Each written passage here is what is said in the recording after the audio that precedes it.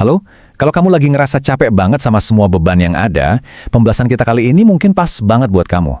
Kita akan coba bedah satu ide yang kedengarannya mungkin agak aneh atau berlawanan sama logika, tapi ini penting banget untuk kita pahami bareng-bareng. Oke, kita mulai dari sini ya. Menyerah hanya membuat luka semakin lama sembuh. Coba deh direnungin dulu. Kalimat ini tuh inti dari semua obrolan kita. Idenya adalah ketika kita berhenti berjuang, itu tuh bukan mempercepat kelegaan, tapi justru sebaliknya. Yuk kita gali lebih dalam maksudnya apa? Pertama-tama kita harus akui satu hal. Wajar banget kok kalau rasa sakit yang rasanya udah nggak ketahan itu bikin kamu pengen berhenti. Keinginan buat nyerah itu respons yang sangat manusiawi terhadap penderitaan yang rasanya nggak ada ujungnya. Kamu pasti relate banget sama perasaan ini kan? Setiap hari bangun tidur rasanya kayak mau ngadepin perang lagi. Beban emosional itu nyata banget beratnya, seolah-olah kamu lagi manggul sesuatu yang bikin setiap langkah jadi susah. Nah, kelelahan mental inilah yang seringkali jadi pemicu kita pengen udahan aja. Pertanyaan besarnya kan ini, kenapa sih pilihan untuk menyerah itu kelihatannya menggoda banget? Kayak jalan keluar yang paling gampang gitu. Ada sebuah logika yang keliru, tapi sangat menarik di baliknya. Nah, ini dia jawabannya. Menyerah itu nawarin janji palsu. Janji kelegaan yang instan, seolah-olah itu cara paling cepat buat matiin rasa sakit, buat nutup semua pintu harapan biar nggak kecewa lagi, dan buat kabur dari kenyataan yang terus menghantui. Janji yang kedengarannya manis banget waktu kita lagi di titik terendah. Sekarang, yuk kita lihat apa sih yang sebenarnya terjadi kalau kita memilih untuk menyerah. Karena faktanya, menyerah itu bukan jalan keluar seperti yang kita kira, justru itu adalah sebuah kebohongan. Disinilah letak perbedaannya yang paling penting. Di kepala kita mikir, kalau aku nyerah, lukanya bakal hilang. Selesai urusan. Tapi, realitanya sama sekali nggak gitu. Luka itu nggak kemana-mana. Dia cuma berhenti kita proses. Akibatnya, dia justru ngendap makin dalam, jadi bagian tersembunyi dari diri kita yang diam-diam terus nyakitin.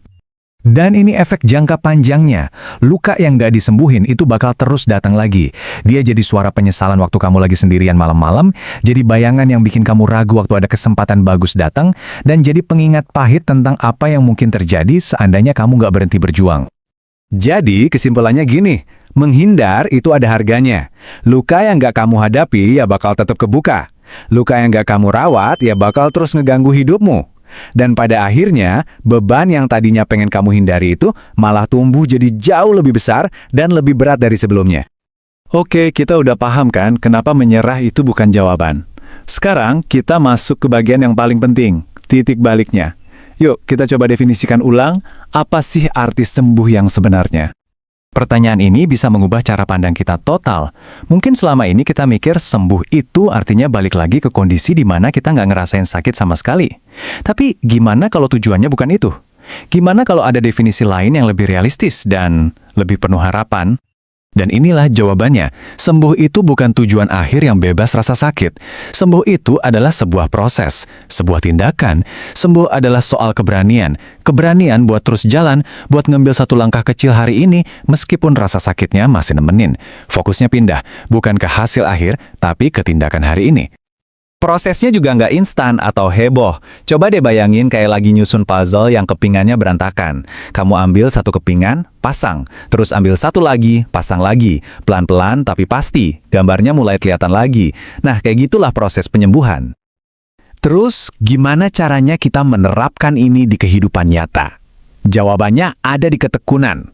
Di dalam janji yang tersimpan dalam setiap tindakan kecil yang kita lakukan secara konsisten setiap hari. Ini penting banget buat diingat. Penyembuhan itu bukan garis lurus yang naik terus. Mungkin hari ini, besok, atau bahkan minggu depan, kamu ngerasa nggak ada bedanya sama sekali. Tapi, percaya deh, setiap langkah kecil yang kamu ambil, setiap usaha untuk bertahan, itu adalah kemajuan. Itu adalah langkah yang membawamu lebih dekat ke penyembuhan. Jadi, ini dia jalanmu ke depan. 3 hal yang simpel tapi kuat banget. 1, jangan berhenti. Titik. Karena berhenti artinya kamu kejebak. 2, jangan biarkan rasa sakit hari ini menyandra masa depanmu. Dan yang ketiga, yang paling penting, jangan menyerah sama prosesnya.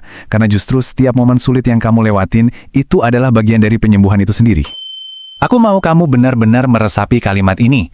Ini bukan sekedar kata-kata penyemangat kosong loh. Ini adalah sebuah kepastian buat siapapun yang terus melangkah. Luka yang kamu bawa sekarang, sedalam apapun rasanya, itu bisa dan akan sembuh. Dan kita tutup dengan ini. Kuncinya ada di pilihan.